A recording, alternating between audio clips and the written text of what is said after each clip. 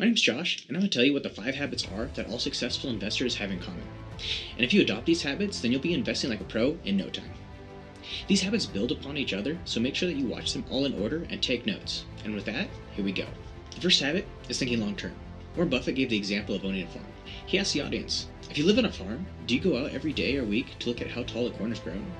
The corn doesn't grow any faster if you stare at it. You can't yell at it to make it give more effort to grow.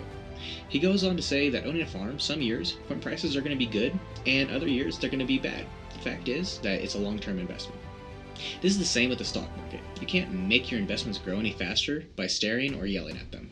Truth is, if you're so worried about stocks growing, then chances are they're not good investments, and you should reevaluate your investment plan.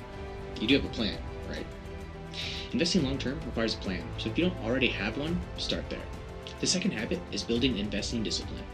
Investing discipline doesn't have to be complicated. In fact, the more simple your rules are for sticking to your plan, the better. Investing discipline also refers to picking your set of investments and not chasing after the next Bitcoin or GameStop. You should be familiar with your investments, whether it's ETFs, index funds, crypto, or a handful of individual companies. Understand why they're good investments and why you chose them.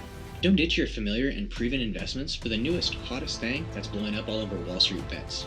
Chasing FOMO is the opposite of investing discipline. The easiest, proven way to becoming rich is by living below your means, paying off high-interest debt, and investing the rest over long periods of time. And this takes discipline. Habit number 3 is learning from your mistakes. At a TED Talk, Dalio talked about the mistakes that he's made and how he's learned and grew from them. He said that when he was younger, making $5 a bag as a golf course caddy, he would take that money and buy Northwest Airlines stock because it was the only company that he could find that traded below $5. He figured that he could buy more shares and make more money if those stock prices rose. This sounds like trading penny stocks, right? Well, I've made that mistake in the past, and I've lost over 70 to 80% off those shares when they hit the bed. I'm still, to this day even, tax harvesting those losses from when I was a newer investor. I've learned from that mistake, and now I only allow a maximum of 3% of my overall portfolio to be invested into speculative stocks. The moral of this story is, don't be afraid of failure and learn from the mistakes that you make, because each time you learn from failure, that's one step closer to success. Number 4, controlling your emotions. All successful investors have learned how to control their emotions. Whether it's saying no to impulsive purchases, not giving in to fear of missing out on the next big pump and dump, or fear, uncertainty, and doubt when faced with a sell-off or a bear market. Successful investors take a step backward and look at the big picture to see that those impulsive purchases are stealing from your future self.